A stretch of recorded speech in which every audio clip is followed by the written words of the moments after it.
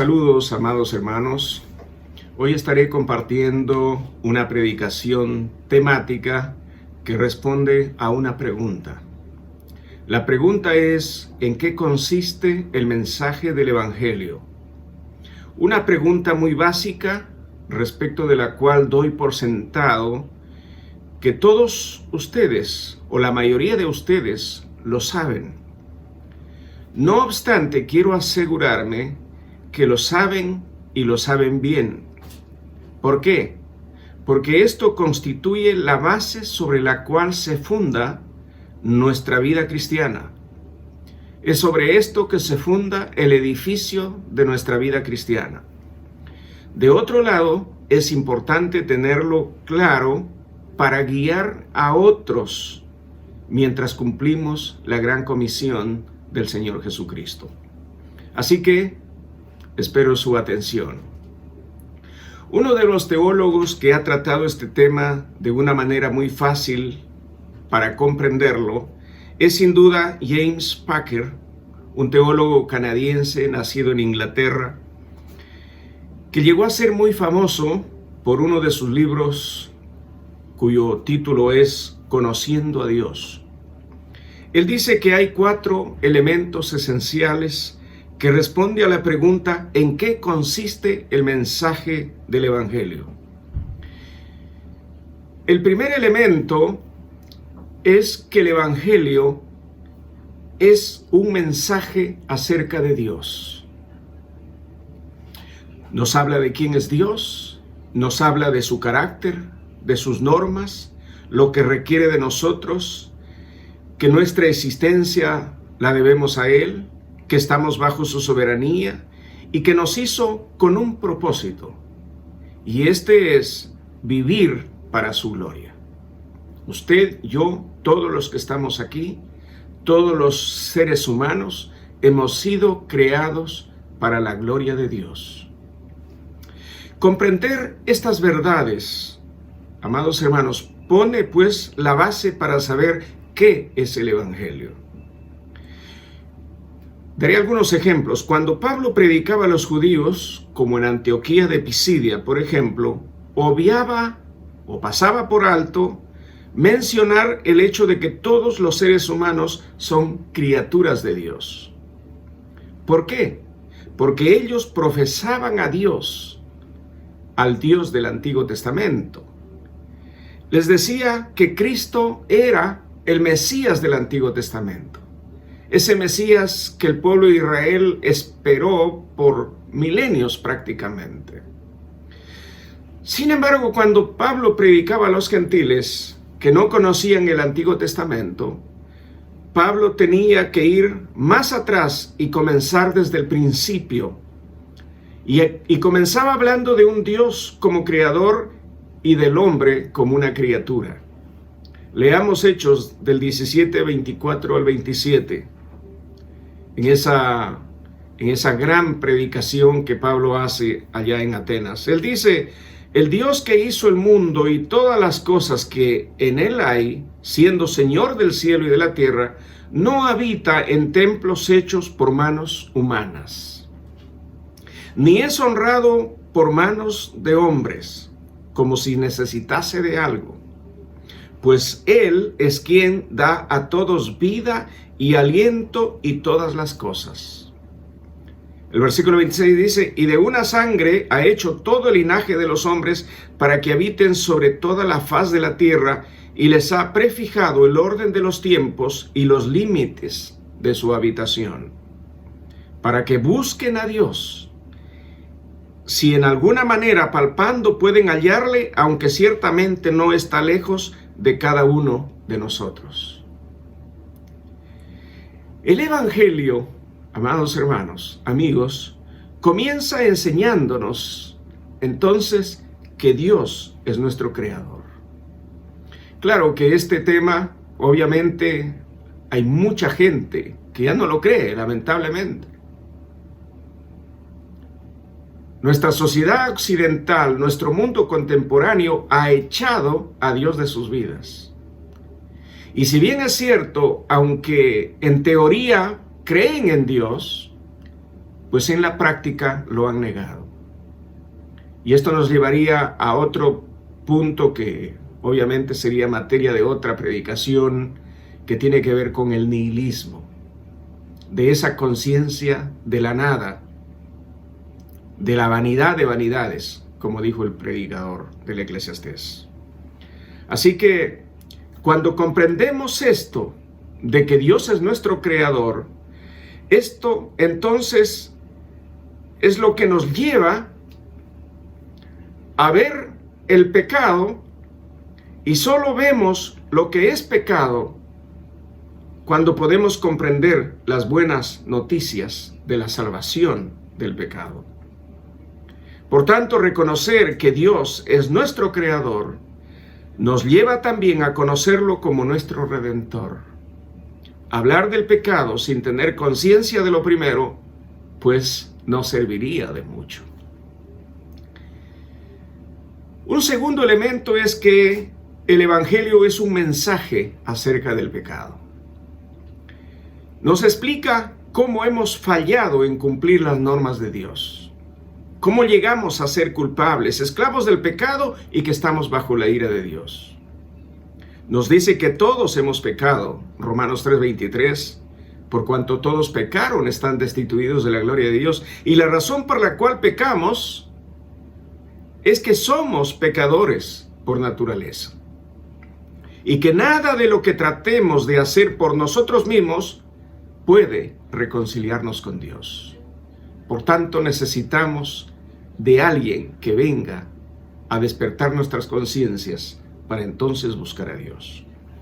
Nos muestra que el Espíritu Santo es el que convence al mundo de pecado, de justicia y de juicio, y que no podemos llegar a conocer al Cristo que salva del pecado hasta no haber comprendido nuestra necesidad de reconciliarnos con Dios y nuestra inhabilidad de lograrlo por medio de esfuerzos propios.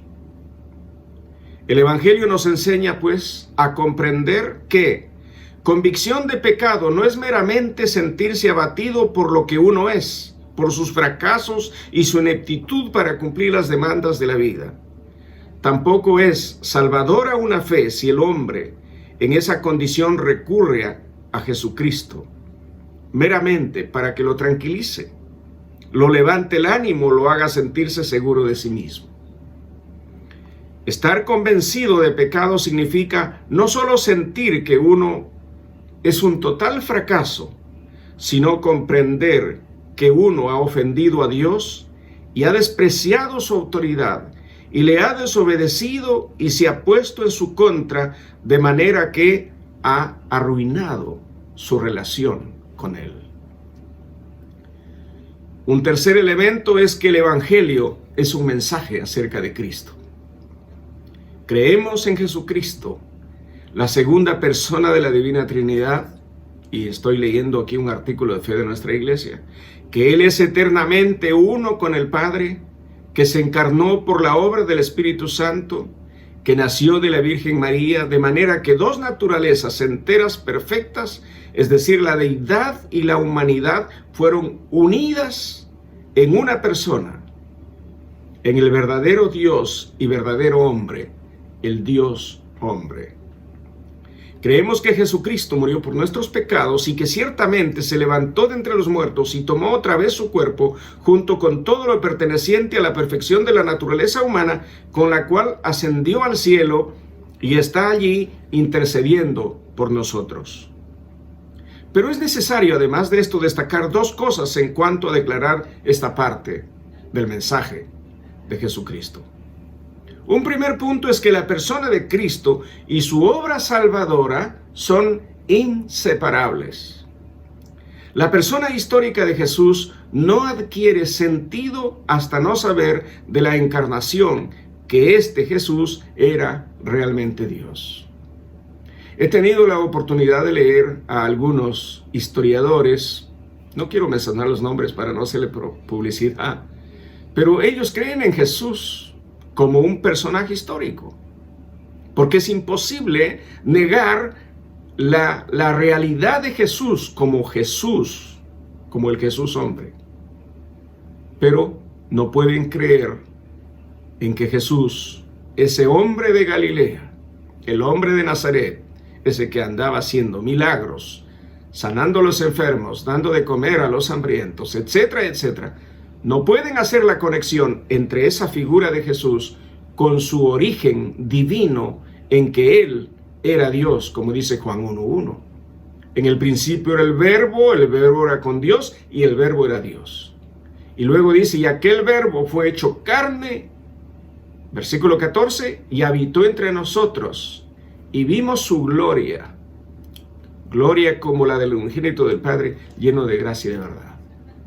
Hacer esa conexión entonces entre el Cristo histórico y su origen divino, la deidad de Jesucristo, bueno, muchos no lo pueden hacer. Bueno, y nadie podrá hacerlo, como también Pablo dice, porque nadie podrá decir a Jesús Señor, sino por el Espíritu. Por tanto, el ser humano está incapacitado por sí mismo para poder decir a Jesús Señor, a menos que sea ayudado por el Espíritu Santo. Pero tampoco tiene sentido la vida de Jesús hasta que uno sabe de la expiación. Es decir, tenemos que conectar a Cristo, ese personaje histórico del cual nadie lo niega, aunque en el siglo XIX hubo una corriente histórica, incluso teológica, que trató de negar al Jesús histórico y se quedaban únicamente con el Jesús significativo. Pues bien, entonces la tarea nuestra es entender a Jesús, al Jesús de Galilea, como dije, al Jesús de Nazaret, con su origen divino, pero también relacionando esa persona de Jesús con su muerte expiatoria en la cruz del Calvario. Entonces, ni puede uno saber sobre qué base acudir a Él hasta saber acerca de su resurrección y su ascensión y su actividad celestial. Por tanto, la lógica es más amplia. Conectamos a Cristo con su origen divino, relacionamos a ese Jesús con su muerte, pero también con su resurrección y con su ascensión. Y que Jesús ha sido levantado, entronizado y coronado como Rey, y que vive y vive para siempre, y vive para salvarnos de nuestros pecados y para salvar eternamente a los que le reconocen como su Señor y su Salvador y le hacen el Señor y soberano de sus vidas. Estas pues son doctrinas, amados hermanos, sin mencionar tantas otras que son esenciales al Evangelio. La realidad es que sin estas doctrinas no tendríamos ningún evangelio que predicar. Pero hay un segundo punto complementario. No debemos presentar la obra salvadora de Cristo separadamente de su persona. No se puede separar la obra del obrador. Romanos 5:8 dice, mas Dios muestra su amor para con nosotros en que siendo aún pecadores, Cristo murió por nosotros. La obra y el obrador andan juntos. Por eso el mensaje de Hechos 16:31 que dio Pablo es: cree en el Señor Jesucristo y serás salvo tú y tu casa. La fe tiene que estar centrada en Cristo y en su obra redentora. No es solamente que crean en Jesús desconectado de su obra, y tampoco a la inversa, no es solamente creer en la muerte de Cristo desconectado del obrador, de la obra. Obra y obrador van juntos o juntas. Y por eso también Jesús mismo dijo: venid a mí y yo os haré descansar. Es por tanto Jesús, la persona integral, el Señor Jesucristo, el Hijo de Dios, el Verbo encarnado, que viene a ser el centro de nuestra fe. El punto fundamental del cristianismo es Cristo mismo. Él es la piedra angular, como dice Pablo. Él es el fundamento sobre el cual construyeron los apóstoles y los profetas, y es sobre ese fundamento que está cimentada nuestra fe cristiana. Hay gente que cree en Cristo, pero no será salvo, no será salva.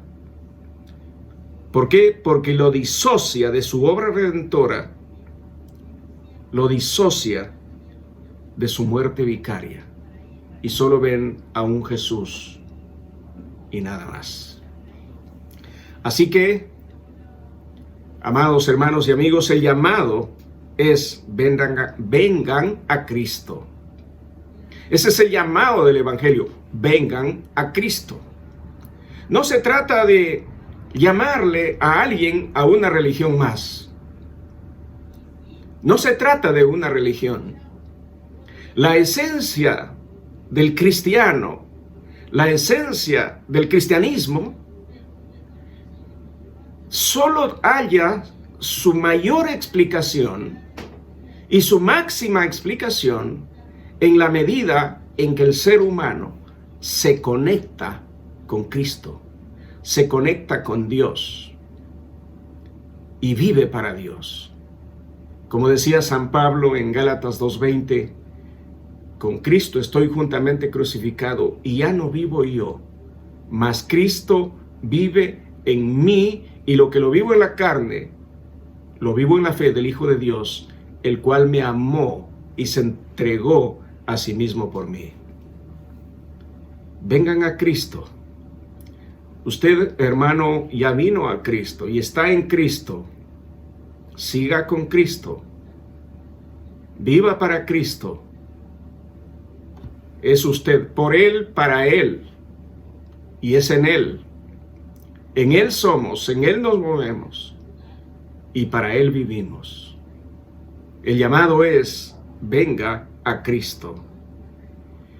Así que, hermanos, Pablo dice, esta es una cita de 1 Corintios 2, del 1 al 5, es una cita extraordinaria del apóstol Pablo. Dirigiéndose a los Corintios, dice, así que, hermanos, cuando fui a vosotros para anunciaros el testimonio de Dios, no fui con excelencia de palabras o de sabiduría. No iba como un filósofo más. Pues me propuse no saber entre vosotros cosa alguna, sino a Cristo y a este crucificado. Ahí está la esencia de la fe. Cristo y el Cristo crucificado. De nada vale creer en el Cristo simplemente. Hay que creer en el Cristo y el Cristo crucificado. Y añade San Pablo, y estuve entre vosotros con debilidad y mucho temor y temblor. Y ni mi palabra ni mi predicación fue con palabras persuasivas de humana sabiduría. Pablo se propone abstenerse de cualquier conocimiento de la filosofía que imperaba en aquel entonces. Él está diciendo, me propuse, es decir, hay una decisión de parte de Pablo. Y da una razón, para que vuestra fe no esté fundada en la sabiduría de los hombres, sino en el poder de Dios. Amado hermano, hermana, esta es la clase y la calidad de fe que tienes que tener. Tu fe tiene que estar cimentada y arraigada en Cristo. A ti no te va a salvar una iglesia, no te va a salvar una religión, no te va a salvar ningún ministro. Solo Jesús, como dice Hechos 4:12. Porque ningún otro nombre hay bajo el cielo dado a los hombres en quien podemos ser salvos, sino solo en Cristo. Él es la fuente de la salvación. Por tanto, hermanos y amigos, nuestro deber es ir al Cristo vivo. Al Cristo vivo, confiar en Él. Esto es lo que nos trae al cuarto elemento esencial del mensaje del Evangelio. El Evangelio es un llamado a la conversión mediante el arrepentimiento y la fe. Todos los que escuchan el Evangelio son llamados por Dios a arrepentirse y creer. Vean lo que dice Hechos 17:30. Esta es otra cita de San Pablo. Pero Dios manda a todos los hombres en todo lugar que se arrepientan. Eso es lo que le dice Pablo a los atenienses. Cuando sus oyentes le preguntaron qué debían hacer para poner en práctica las obras de Dios, nuestro Señor Jesucristo respondió en esa cita de Juan 6:29, esta es la obra de Dios, que creáis en el que me ha enviado. ¿Cuál es la obra de Dios? Que crean en el que me ha enviado. Y en 1 de Juan capítulo 3 versículo 23 leemos, dice, y este es su mandamiento. Vean ustedes que lo pone en una categoría de mandamiento. Que creamos en el nombre de su Hijo Jesucristo. Que todos los que en Él creyeren recibirán perdón de pecados por su nombre. Esta es una cita de Hechos 10:43. El que quiera, tome del agua de la vida gratuitamente. Apocalipsis 22:7. Amigo, hermano, este es el llamado que Dios nos hace en este día. Tomar del agua de la vida gratuitamente. Creer en Jesucristo para recibir el perdón de pecados en el nombre de Jesús. Y esta cita magistral de Juan 3:16, el versículo de oro de la Biblia, porque de tal manera amó Dios al mundo, que ha dado a su Hijo unigénito, para que todo aquel que en Él cree no se pierda, mas tenga la vida eterna. Por tanto, amados hermanos y amigos, la fe no es meramente un sentimiento de optimismo. Así como el arrepentimiento no es un mero sentimiento de lamentarse o de remordimiento. Conozco mucha gente que se emociona por un momento y dicen, ahora sí que soy un creyente, ahora sí es lleno de optimismo, y a veces hasta se bautizan. Solo tuvieron optimismo. La fe no es meramente un sentido de optimismo.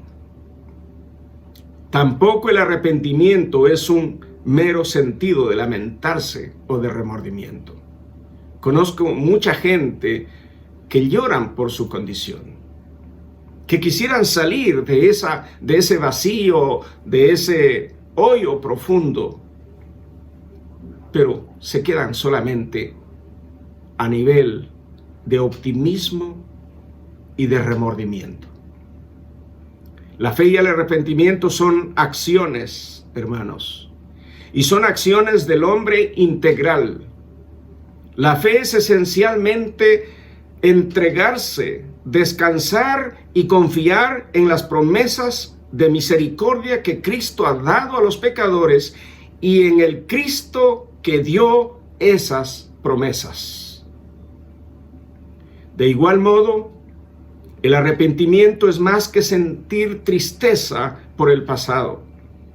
El arrepentimiento es un cambio de mentalidad, es un cambio del corazón, una vida de negarse a uno mismo para seguir al Salvador como Rey y Señor de nuestras vidas. Pero añado 2 puntos más. Se requiere fe al igual que arrepentimiento. No basta con decidir apartarse del pecado, renunciar a hábitos malos y tratar de poner en práctica las enseñanzas de Cristo, siendo religiosos y haciendo todo el bien posible a otros. Aspiraciones, resoluciones, moralidad y religiosidad no son sustitutas de la fe, sino que si ha de haber fe, hermano, amigo, primero tiene que haber un fundamento de conocimiento. El hombre, y otra vez, cuando hablo la palabra hombre, no lo hice mención esto al comienzo, la palabra hombre en el concepto teológico involucra todo el género humano, hombre, mujer. La fe primero tiene que haber un fundamento de conocimiento. El hombre tiene que saber acerca de Cristo. Tiene que saber quién fue Cristo, su cruz y sus promesas antes de que la fe salvadora pueda ser una posibilidad para él. pero también se requiere arrepentimiento al igual que fe. Cristo llamó a la ruptura radical del pasado que involucra ese arrepentimiento. Hay una cita genial de Mateo 16, 24 a 25. Dice, si alguno quiere venir en pos de mí, niéguese a sí mismo y tome su cruz y sígame. Esto es radical. Todo el que pierda su vida por causa de mí, la hallará. Y en Lucas 14, del 26 y 33 dice, si alguno viene a mí y no aborrece a su padre, a su madre, mujer, hijos, hermanos y hermanas, y aún también su propia vida, no puede ser mi discípulo. Cualquiera de vosotros que no renuncie a todo lo que posee, no puede ser mi discípulo. Por tanto, Cristo llama a una ruptura radical del pasado. Y esto es nacer de nuevo. El arrepentimiento que Cristo requiere consiste entonces del rechazo contundente a poner cualquier límite a las demandas que Él pueda hacer a sus vidas. Y para terminar, nos volvemos a nuestra pregunta original. ¿En qué consiste pues el mensaje del Evangelio? Recuerde, estos 4 elementos. Nos habla de Dios, nos habla del pecado, nos habla de Cristo y nos hace un llamado a la conversión mediante el arrepentimiento y la fe. ¿Se identifica plenamente usted con estas demandas del Evangelio?